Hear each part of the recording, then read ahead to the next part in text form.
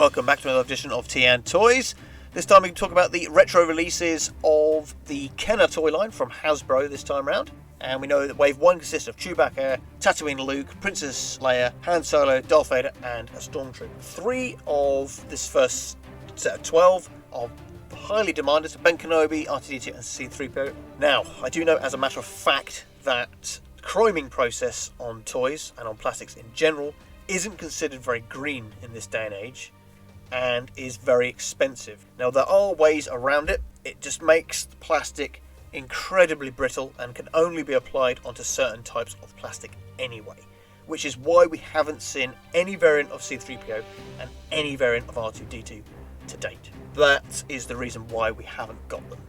The other 4 they can do. Will we get a vinyl caped Jawa? Fingers crossed we do. Because all of them come with vinyl capes. Some come with material capes. I kind of want to see a set with all vinyl capes, like the Tusken Raider, Ben Kenobi, and the Jawa. And then obviously more Star Wars carded figures, both red and blue Snaggletooths. Now I know the blue one was only exclusive with the Cantina set for like a short period anyway. But it'd be nice to see both of them on single cards, along with all these other characters. Now, looking at the Imperial droid there as well, we probably wouldn't see him. He probably stuck in the same limbo with C-3PO and R2-D2. Again, with R5-D4's sort of neck piece, that could be like more of a matted metal plastic. But I don't think people would complain as much. If that was the case for him, it's more R2-D2 and C-3PO, people would be a bit more bugged about. And we know we've already seen Boba Fett in Wave 2. Then we move on to the Empire Strikes Back wave, which obviously we've already seen Boba Fett. Hoth Han, Hoth Leia. Probably not the best Han and Leias that they've done. Anyway, we had the Hoth Han as kids. He was kind of boring. We just used him as a trooper because we had the Endor Han. Now, what I'd have liked if they did with the Empire waves is if they did a Hoth wave and a Bespin wave, and then an Others wave. It is what it is. So we've got Han, Leia, and Yoda from this page. We'd love to see the Hoth Luke, the trooper, and the general, and obviously the droids. C-3PO's variant, we know we've covered that. Continuing the Empire Strikes Back. Lando we've already seen. Bespin Luke we've already seen, a very again popular figure. And they can fit more than one wave out of these guys. So Lobot, both the black and the white Bespin guards, the Bespin pilot. 1, 2, 3, 4, 5, 6. They can do 7 with an Ugnaught. And then we've obviously got the baddies and the bounty hunters from the Empire Strikes Back original line. Imperial Troopers, AT-AT Walkers, TIE Pilot Snow Troopers, the AT-AT General, and obviously the 5 bounty hunters, which could be a wave onto themselves with an extra figure, maybe the Ugnaught. Then we move on to the Return of the Jedi stuff. Obviously General Nadine, Neon Nub. I never remember this way around. A pilot or B-wing pilot. So the Jedi Knight Luke, Bosch Disguise Leia, Endor Han, Endor Leia, Endor Trooper, and then we've obviously got Pruneface. And we move on to Jabba's Palace. A whole host of characters from Jabba's Palace that we could have. These could fill in like 3 waves onto their own if you really want them. The retros, I'm keeping them on the card for some reason. I've never done that any other collection, except for the Marvel Kenners as well. Weird, I guess, this Kenner thing, I just want to keep them in the cards. So definitely want to see single carded figures for the Max Rebo band. More Jedi figures, obviously these are more the baddies, the 4 baddies at the top, and then we've got the 6 Ewoks at the bottom. Again, the Ewoks could fill a whole wave onto their own. Probably won't happen. They'll probably mix them in with some more Jabba aliens, and so on and so forth. I definitely want to get those 4 at the top re-released. And then we go into the Power of the Force waves. Now this was the last run of figures in the original line. So these are all like the heroic good guys. Again, R2-D2 we know we've covered. A-Wing or B-Wing pilot. I think it's more A-Wing now, the green. Obviously the Han, the Carbonite Han. This figure, Luke Skywalker and Stormtrooper Disguise. Hell yeah, we want to see this re-released.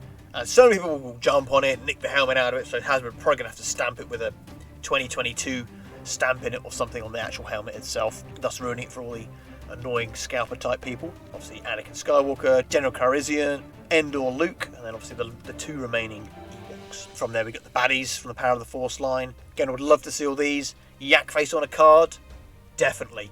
Only those Canadians I think were available to get it back in the 80s, so it'd be nice to be able to get hold of one that isn't prices through the roof. And then from there, the other figures that were released on cards in the 80s.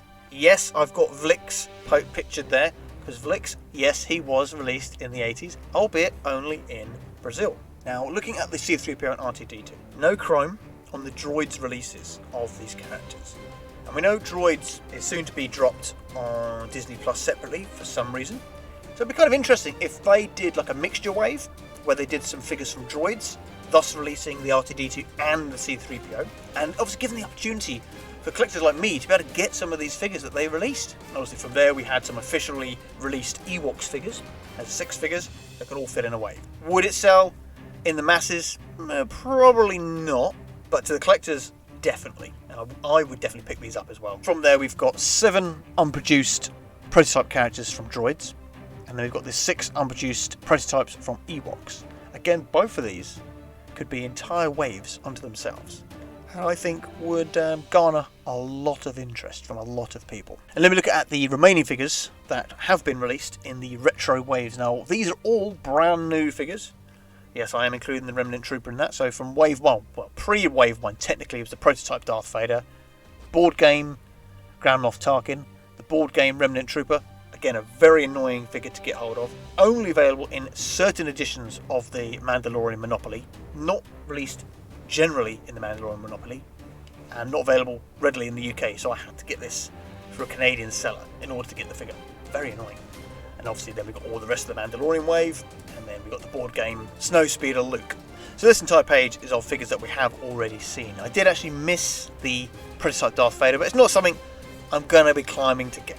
I can miss out on Rainbow Darth Vader. It's just, but all the other figures I'm quite impressed with. The annoyance of the Remnant Trooper is something. We'll just scroll back through the rest of the releases. Again, I do think this would be a good idea to actually release these figures. The Ewoks wave, the Droids wave, Power of the Forces waves, Jedi waves. There we have it. They're my thoughts on what we hopefully could see from the retro waves. Obviously, new characters is fine. I'm happy for them to do your weird Grand Moff Tarkin type characters, finish off the Imperial dignitaries, so on and so forth. But there are options that we can see. Re-releasing the cartoon cast and then actually releasing those prototype figures. That could be waves unto themselves. Or you could release one of those figures per random wave. So if you do Return the Jedi wave, oh look, there's an Ewoks figure in there as well. I think it would garner a hell of a lot of interest from the collecting audience, and a fun little colourful Ewok green baddie is kind of fun for kids as well. So don't forget to like and subscribe, and I'll see you guys in the next video.